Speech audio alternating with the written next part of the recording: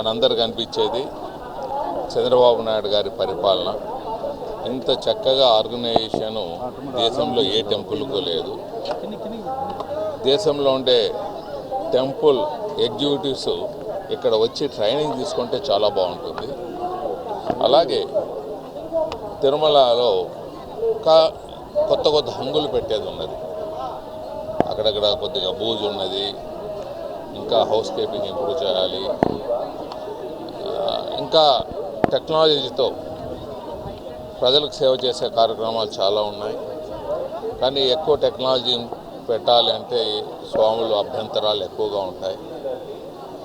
స్వాములేమో చక్కగా అనుభవిస్తారు. పారిశ్రామికవేత్తలు, రాజకీయ నాయకులు, స్వాములు వీరి కోసం టెక్నాలజీ కాదు.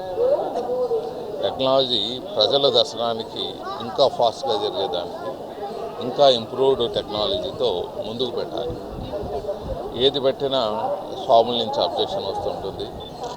నేను మరీ చెప్తున్నాను, స్వాములకు కానీ మాకు కానీ పారిశ్రామికవేత్తలు కానీ రాజకీయ నాయకులు కానీ ఎలాగో దసరా భాగ్యం కలుగుతూ ఉంటుంది. ప్రజలకు ఇంకా ఫాస్ట్గా జరగాలంటే ఇంకా టెక్నాలజీతో మనం ముందుకు పోవాలి. ఫ్యూచర్లో ఆయన ఇప్పుడు ప్రెసిడెంట్ ఆఫ్ ఇండియా పోస్ట్ ఉన్నది. ఇలాంటి పోస్టులకు ఆయన అర్హుడు. ఎందుకంటే ప్రెసిడెంట్ ఆఫ్ ఇండియాని కూడా ఆయన రికమెండ్ చేస్తే వచ్చిన వారు ఉన్నారు. ఆయన రికమెండ్ చేస్తే ప్రైమ్ మినిస్టర్ అయిన వాళ్ళు ఉన్నారు. అలాంటి వ్యక్తి ప్రెసిడెంట్ ఆఫ్ ఇండియా కూడా అర్హుడు. ఆయన కూడా చాలా సేవ చేశాడు.